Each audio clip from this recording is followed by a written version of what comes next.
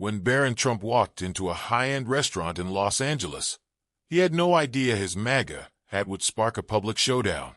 But what happened next left everyone shocked, and the city buzzing. It was a sunny afternoon, perfect for a quiet lunch. Barron, now in his late teens, had spent the morning reading and decided to treat himself to a meal at LA Terrace, a sophisticated and exclusive spot favored by celebrities and CEOs. He had been there before, always enjoying its peaceful ambience. But today, something was different. As he strolled through the doors, wearing his signature red MAGA hat with ease, he quickly became the center of attention. The hostess seated him, and the quiet hum of conversation continued. But Barron was aware that something wasn't quite right. A few murmurs floated through the air, and then, out of nowhere, the manager approached him. "We have a policy against political apparel here," he said, voice firm, pointing to the hat. "You'll have to take it off." Barron, though surprised, remained calm. "I wasn't aware of any policy like that," he replied, his voice steady. The manager was unyielding. "It's in our code of conduct," he insisted. "This is supposed to be a neutral space." Barron, keeping his cool, gave a slight nod, gathering his things. "If that's how you feel, I'll leave." The restaurant fell into an awkward silence as Barron stood, walking out without a word. But outside, in the warm California breeze, his disappointment was palpable. He wasn't angry, just let down. This wasn't about the hat. It was about something deeper. Inside, the manager watched as Barron left. Word quickly spread through social media, and what seemed like a small incident was now becoming a public firestorm. People were talking. Was the restaurant right to enforce neutrality? Or had it crossed a line? Barron, meanwhile, wasn't interested in revenge. Instead, he saw an opportunity to turn this negativity into something constructive. He started making calls, reaching out to those who could help him create a charity event, a fundraiser aimed at promoting unity and understanding. A few days later, right outside LA Terrace, Barron's vision came to life. The event was a celebration of community, not division. Food trucks, live music, and booths filled the sidewalk, attracting people from all walks of life. The message was clear: unity over division. As Barron spoke to the crowd, his voice filled with purpose, the atmosphere shifted. He wasn't there to make a point about politics. He was there to bring people together, to show that kindness, understanding, and conversation were the true answers to division. Inside the restaurant, things were far from peaceful. The manager watched from the window, his discomfort growing as the event outside thrived. The restaurant, once filled with customers, now sat eerily quiet. But just as the night wore on, the unexpected happened. The manager, his face conflicted, stepped out of the restaurant and walked toward the event. The crowd parted, watching as he approached Barron, who greeted him with a calm smile. "I didn't handle yesterday well," the manager admitted, his voice barely audible over the music. "I made a mistake, but seeing what you've done here today, I can see that I was wrong."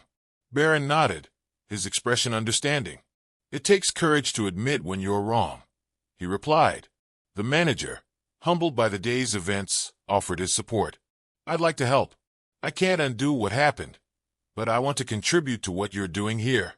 And just like that, what started as a confrontation over a hat turned into a powerful message about understanding, forgiveness, and the importance of creating connections, no matter how unexpected the circumstances.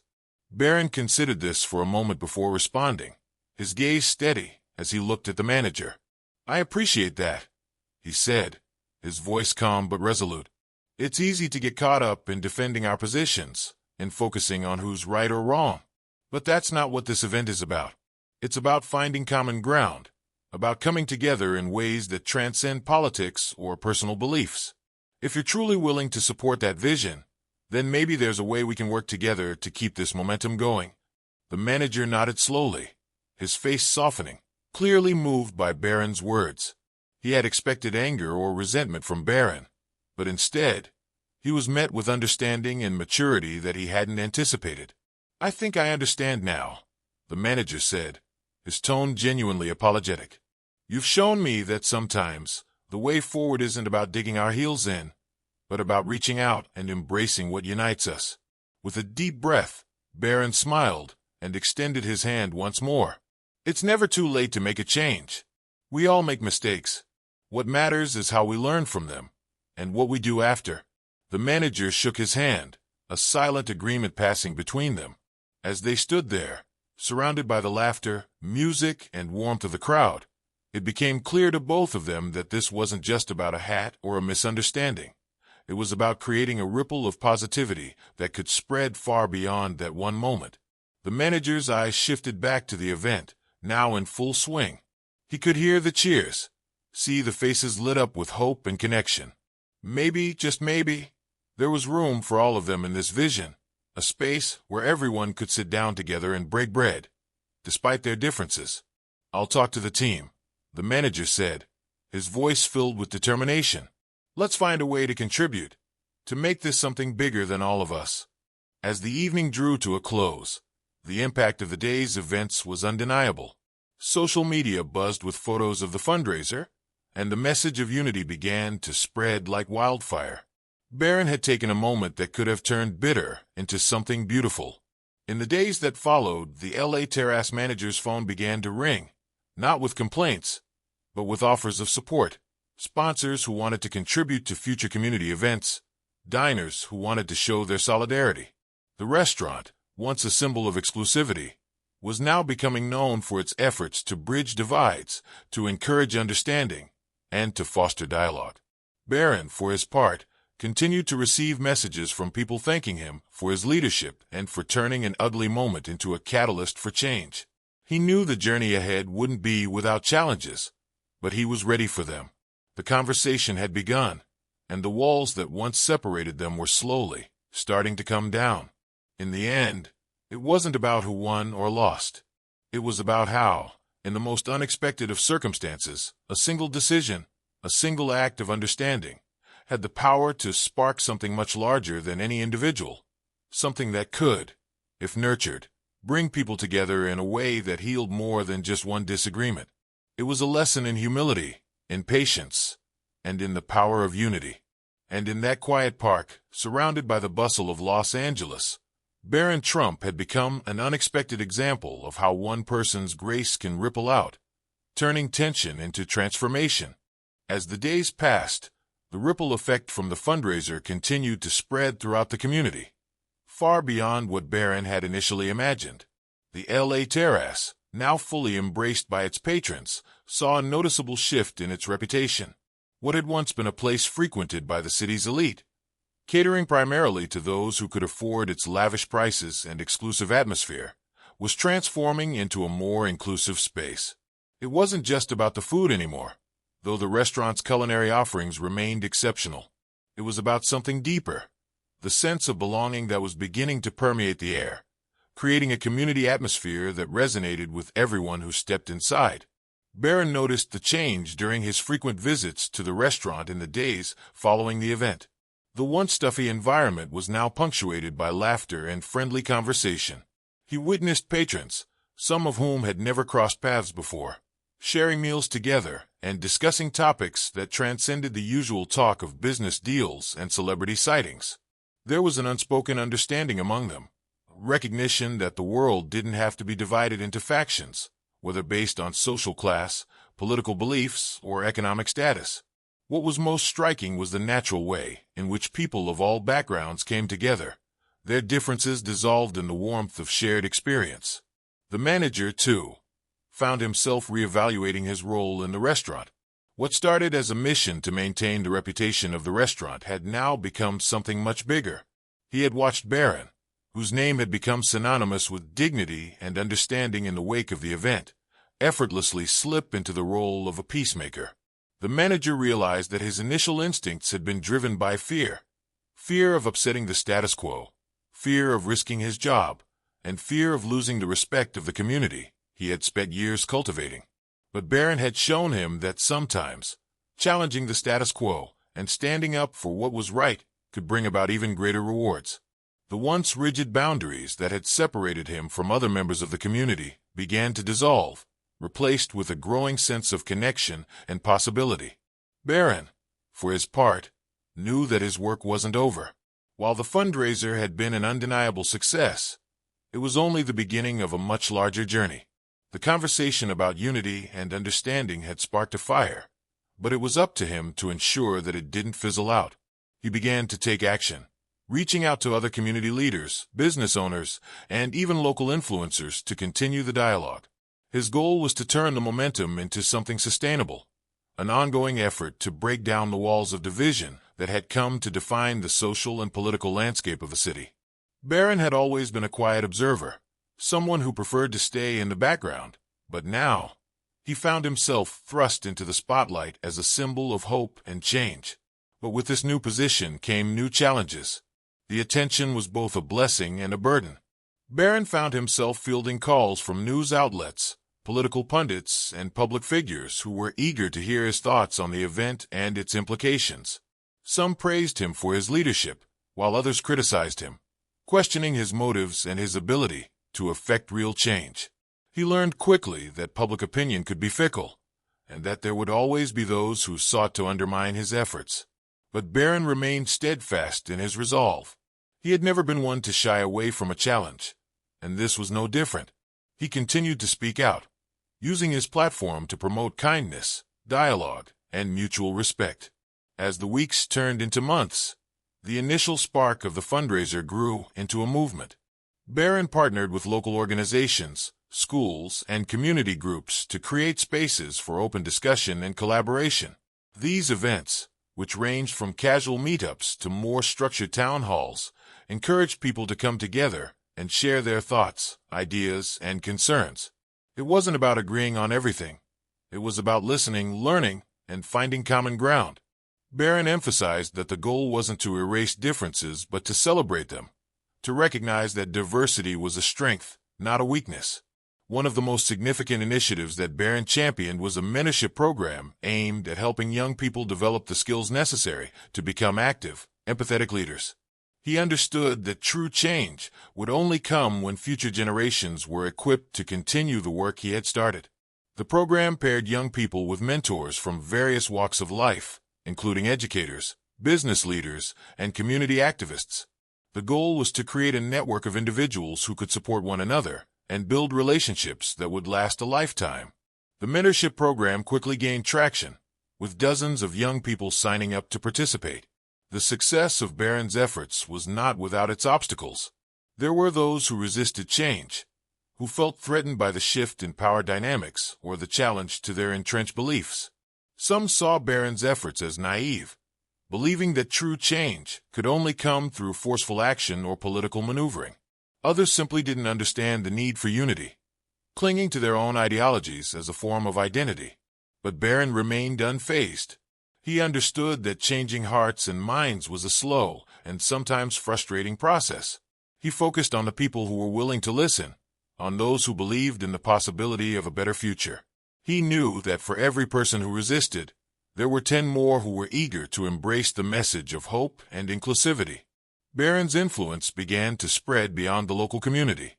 His message resonated with people across the country, and soon, he was being invited to speak at events and forums nationwide. He never set out to be a national figure, but the movement had taken on a life of its own, and Barron felt a responsibility to see it through. At each event, he spoke not just about the importance of unity, but about the need for compassion, for taking the time to understand one another's struggles, and for finding common ground even in the most polarized environments. His speeches were often met with standing ovations, but Barron remained humble. He knew that the work was far from done. As the movement gained momentum, Barron began to reflect on the lessons he had learned along the way. He had always believed that the power to create change lay in the hands of the few, those who had the resources, the connections, the platform.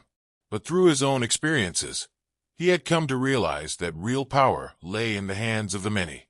It was in the collective effort of individuals coming together, supporting one another, and working toward a common goal. Barron's journey had taught him that leadership wasn't about domination or control. It was about service, about uplifting others, and about guiding people toward a brighter future. And yet, despite all the progress that had been made, Barron remained vigilant. He knew that the forces of division were strong, and that there would always be those who sought to tear down what had been built.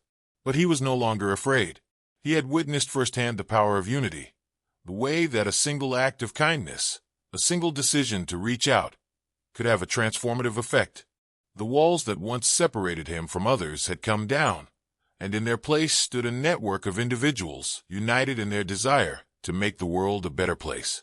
The work was far from over, but Barron was no longer the uncertain observer he had once been. He was a leader, not because of his title or position, but because of his ability to inspire others to be the best versions of themselves. As the movement continued to grow, Barron remained grounded in his original mission.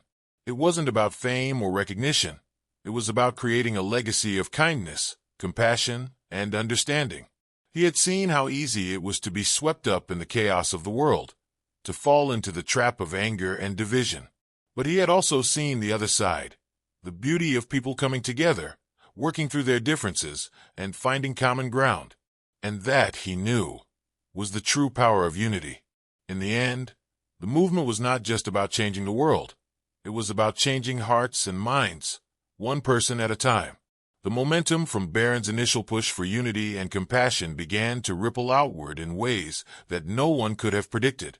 The mentorship programs flourished, and young leaders, once disillusioned by a broken system, found new hope in the idea that they could make a tangible difference. It was incredible to watch. These young people, ranging from teenagers to young adults, were embracing the idea that they didn't have to wait for change. They could be the change they wanted to see in the world. The mentorship initiative quickly became a lifeline for those seeking direction and guidance.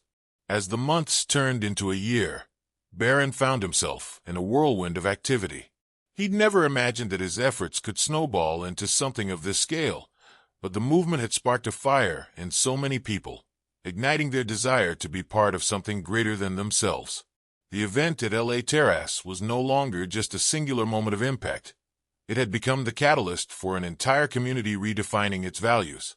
The restaurant, once a symbol of elitism, now stood as a beacon of inclusivity, a place where people from all walks of life gathered to share stories, ideas, and meals. The transformation was palpable, as Barron had helped people realize that their collective voice had the power to shape the future. However, the path ahead was far from easy. Despite the overwhelming support, Barron's efforts were met with significant opposition. There were those who felt threatened by the momentum he had built. Some individuals within the establishment, politicians, corporate leaders, and even some in the media, saw the unity Barron was promoting as a challenge to their long-held power. To them, the movement represented an unpredictable force, one that was destabilizing the status quo. In their eyes, Barron's message of compassion, unity, and social justice wasn't just naive. It was dangerous. Barron knew that for every person who celebrated his efforts, there would always be others who sought to discredit and undermine him. This was a reality that came with the territory of being a leader in the public eye. But despite the backlash, he remained resolute.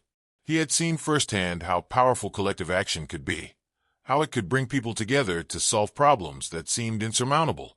He wasn't going to allow the criticisms of a few powerful figures to derail the work he had started.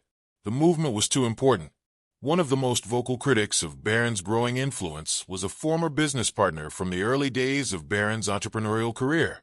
This individual, whom Barron had once trusted as a mentor, felt threatened by Barron's refusal to adhere to the typical corporate structures that emphasized profit over people. He accused Barron of abandoning the principles that had made them both successful in the past. But Barron, with his newfound perspective on life and business, saw things differently now. The idea of blind ambition, of putting profits above all else, had lost its appeal to him. In an effort to push back, the critic launched a smear campaign aimed at tarnishing Barron's reputation. News outlets and social media platforms quickly picked up the story, and soon, Barron found himself in the middle of a media storm. The accusations ranged from personal attacks on his character to fabricated claims about the source of his funding and the true nature of the mentorship program. For a brief moment, Barron felt the weight of the criticism bearing down on him, threatening to undo everything he had worked for. The pressure was suffocating, and there were moments when he questioned whether it was all worth it. But then something remarkable happened. The very community that Barron had worked so hard to build rose to his defense. They weren't willing to let a few powerful individuals tear down what they had built together. Letters flooded into the press, social media posts flooded timelines, and thousands of people shared their personal stories of how the movement had touched their lives. The unity Barron had fostered was now his greatest asset, and it proved stronger than any smear campaign or attempt to divide them. The support that poured in from every corner of the community was a reminder of why Barron had started this journey in the first place. It was about more than just one person. It was about all of them, working together to create something better. Barron had given them hope. He had inspired them to think differently about themselves and their place in the world. And now, they weren't going to let anyone take that away. As the months passed, the movement continued to grow in both scale and impact. Barron's ideas had spread far beyond the local community.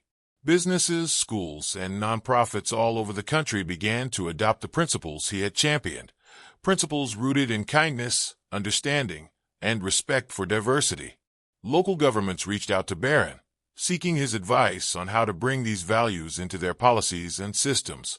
He had become a respected voice for social change, a beacon of hope for those who believed that the world could be different, that it could be more compassionate, more just.